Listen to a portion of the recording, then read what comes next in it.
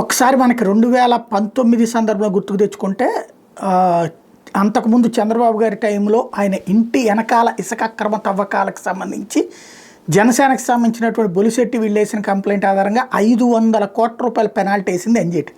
అప్పుడు రాష్ట్ర ప్రభుత్వం ఏమని చెప్పింది, జగన్ ప్రభుత్వం అప్పుడు విమర్శించినటువంటి వాళ్ళే, కానీ ఆ అక్రమాలు అంత జరగలేదు అని చెప్పి ఆ తర్వాత చెబుతూ ఇకపైన జరగకుండా చూస్తామండి, జరిగినటువంటి మాట వాస్తవం, కానీ ఇకపైన జరగకుండా చూస్తాం అన్నటువంటి పేరు చెప్పి దాని నుంచి మినహాయింపు తీసుకుంది. 500 కోట్లు కట్టకుండా మినహాయింపు తీసుకుంది. ఇప్పుడు జగన్ హయాంలో జరిగినటువంటి అక్రమ తవ్వకాల మీద నివేదిక ఇవ్వమని చెప్పి కేంద్ర పర్యావరణ అటవీ శాఖ సుప్రీంకోర్టు ఆదేశించింది. స్టేటస్ రిపోర్ట్ సమర్పించమని ఏపీ ప్రభుత్వాన్ని నిర్దేశించింది.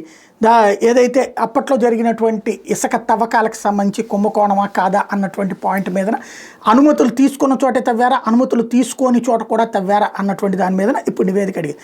మొన్న ఈ మధ్యన ఈనాడు జ్యోతి రాసుకొచ్చింది అయితే అడ్డదిడ్డంగానే చేశారు వాళ్ళు అన్నటువంటిది. ఇప్పుడు అదే చెప్తే పెనాల్టీ వేస్తుంది. అప్పుడు పెనాల్టీ ఈ ప్రభుత్వమే కట్టాల్సి వస్తుంది. కాబట్టి అలాగని అప్పట్లో ఏ అవకతవకలు జరగలేదని కనుక అఫిడవిట్ ఇచ్చారంటే కనుక అదిగో చూసారా అని వైఎస్ఆర్ కాంగ్రెస్ పార్టీ రివర్స్లో వెళ్తుంది. కాబట్టి ఏం చేస్తారో చూడాల్సి ఉంది.